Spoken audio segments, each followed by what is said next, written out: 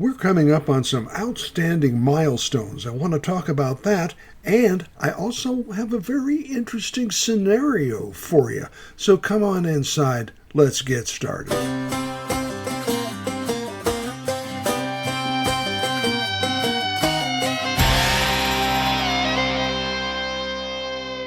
Well, hi, everybody. I'm Bill Bateman, part of the team here at Refuse to be a Victim Personal Protection Training.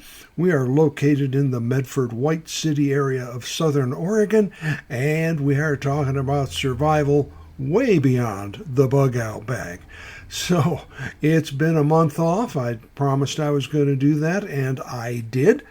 We're back, and let's talk about those milestones first. We are episode 99. Today. We have 99 episodes done so far, and that's kind of significant because obviously, the next one's going to be episode 100. And for that, I want to do a video episode, and we're going to do something a little bit special. So that's all I'm going to say about that. But 100 episodes, and we have already, and I just got a notice on this, already we have passed 10,000 downloads. Now that's pretty exciting to know that 10,000 people think enough of what we're doing here to download it and share it with somebody else or save it for working with at home. And I do encourage everybody to download this and to share it. And I can only say thank you to everybody who has gone out and spent the time to keep one of these episodes and to share it with somebody else. 10,000 downloads is a great landmark, and 100th episode coming up next. So thank you. We are going on a new journey, I think, at episode 100. We had some firefighters come out to where we live. I live in a mobile home community, and we talked about bug out bags, and it was interesting to hear from the firefighters about the bug out bag. And they stressed, based on what they have seen through incidents, making sure you have good information. You have thumb drives full of contacts and how to reach your insurance company and what your inventory was in your gun case and all of those things. Making sure after the fire you are able to deal with the problems. So we're going to talk about that in the weeks to come. We've spent a lot of time on that previously. And it's interesting to look at the idea of what we're doing through the eyes of the professionals. The interesting scenario I wanted to put forward with you, and this is kind of an interesting viewpoint.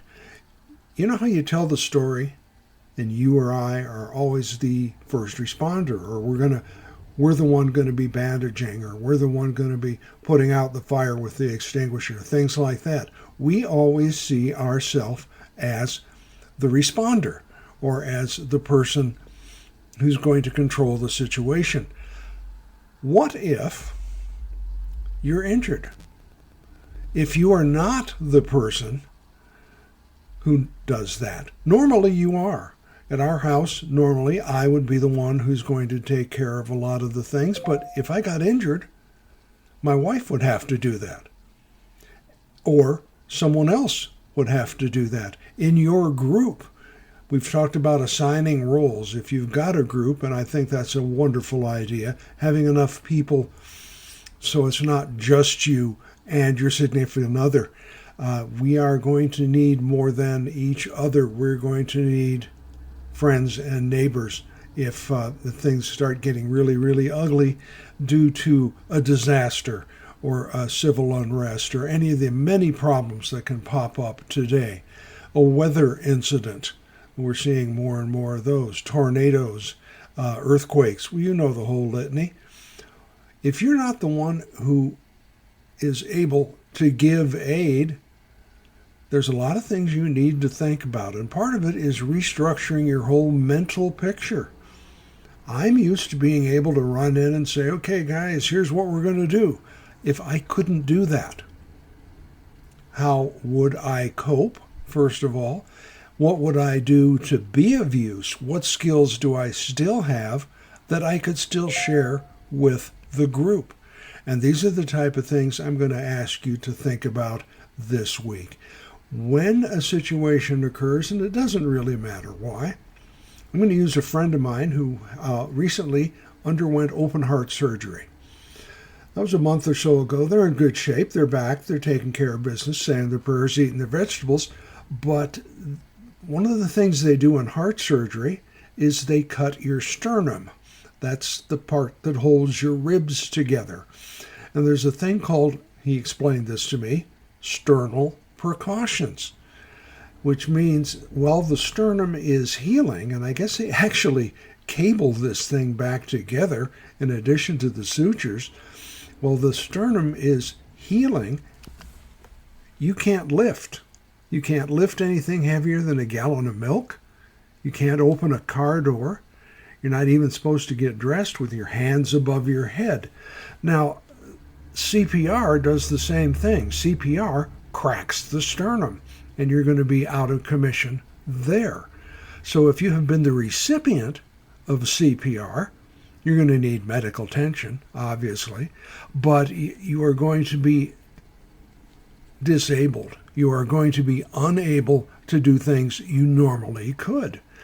If you have a situation that, let's say this individual had the surgery, if you've had any type of surgery, you're out of commission for a while. And if an emergency happens in that situation while you are recovering, how are you going to change the dynamic? Each of us has our roles in our family on what we would do and what is expected. Well, okay, what would happen if I was unable to complete my roles for whatever reason?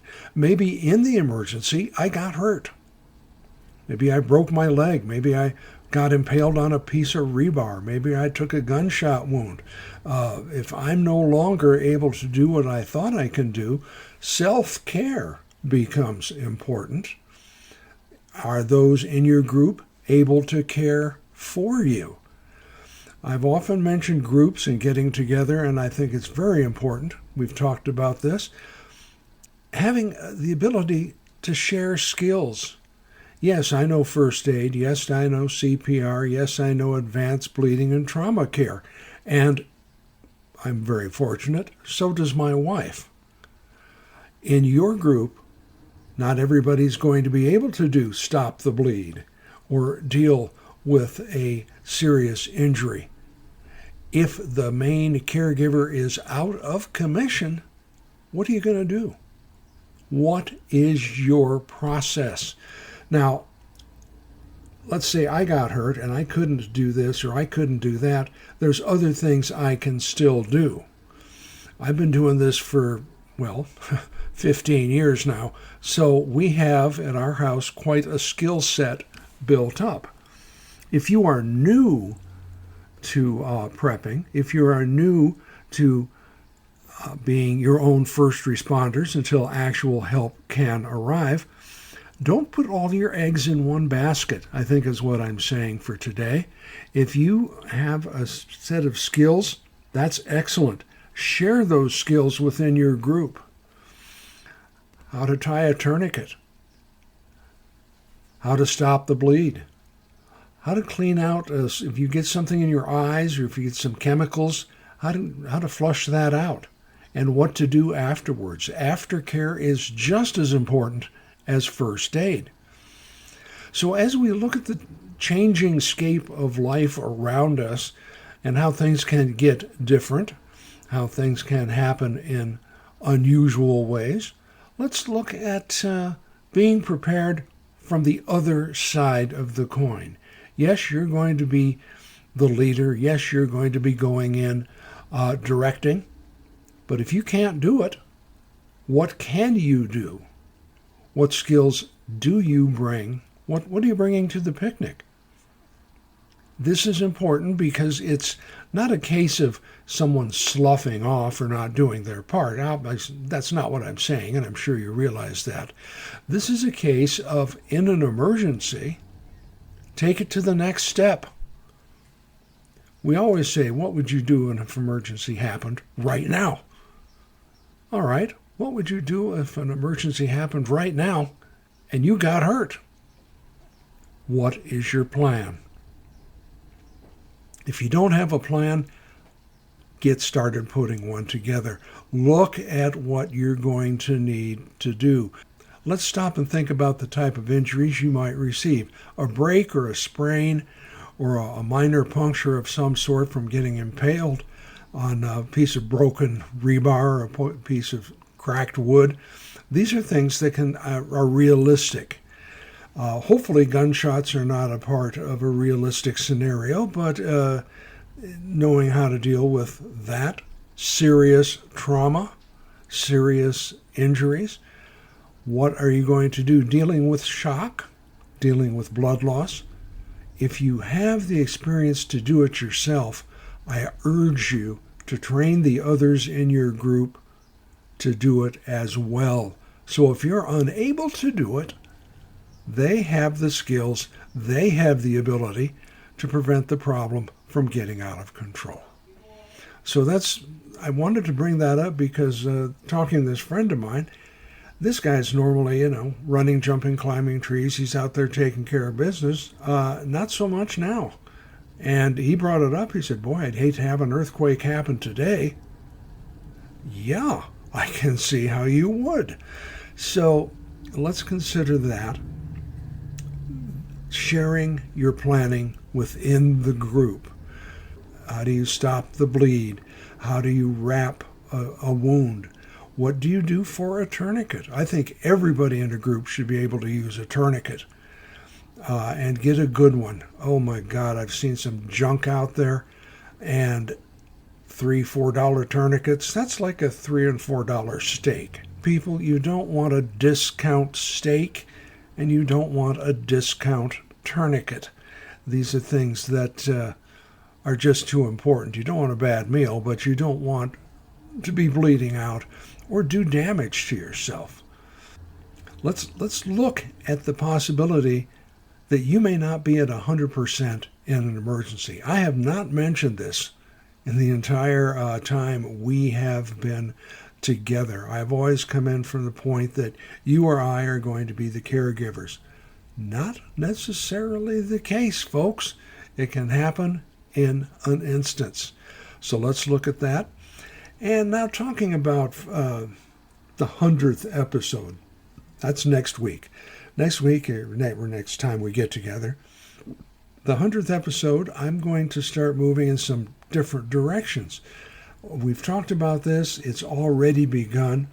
I'm going to concentrate less on products and more on what we just did.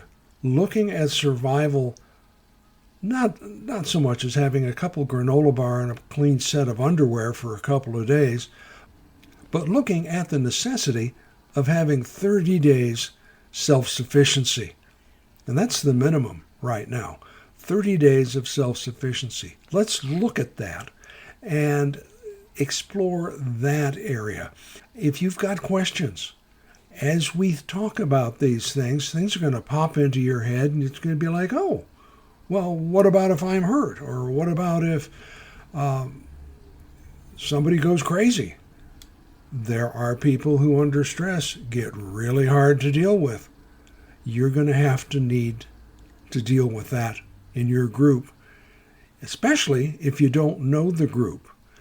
In my case, and I think in many cases out there, you're going to be with people you know how they're going to behave, how they're going to react. If you have strangers, how are you going to include them? Will you include them in the group? And how are they reacting? How do you deal with someone who gets hysterical or who is so scared they can't function? These are some real issues. Now, these are not quick fixes, obviously. These are things which require some study and some preparation and getting some professional information on how to do this. And this is why I'm mentioning it now before the problem occurs. That's something I always recommend. Planning in advance, going through it, having scenarios, and actual drills. Actual rehearsals. You have fire drills at our house. Okay. What about getting ready to go? We're rebuilding our go bag plan, our evacuation plan here in my mobile home park. Interestingly enough, a couple weeks ago, we were sitting around the pool area and there was a grass fire. We could actually see flames. Okay, this is the first part of June, and we're looking at flames from the swimming pool area. Maybe it's time to take another look at that evacuation plan. Just like with the evacuation plan, looking at how to deal with emergencies of all sorts, ask those tough questions. Put yourself in the situation of the victim, not the first responder. How are you going to get from here to there? If you fell down in your home, how would you get help? Lots of different things to talk about. We're going in that direction. I urge you to send me your questions. The email address is at the front of the broadcast where you come in. As always, we want to invite you on out to the range. We've got a lot of good things happening there. Everything from the non-ballistic self-defense class right up to and including advanced tactical training. Lots to talk about. If you're interested in classwork, check out the website. If you're interested in coming on out and getting more information, we're there by phone, we're there by email. And again, I look forward to your questions, and I look forward to seeing you next time we get together for our 100th episode of Survival Beyond the Bug-Out Bag. Thanks.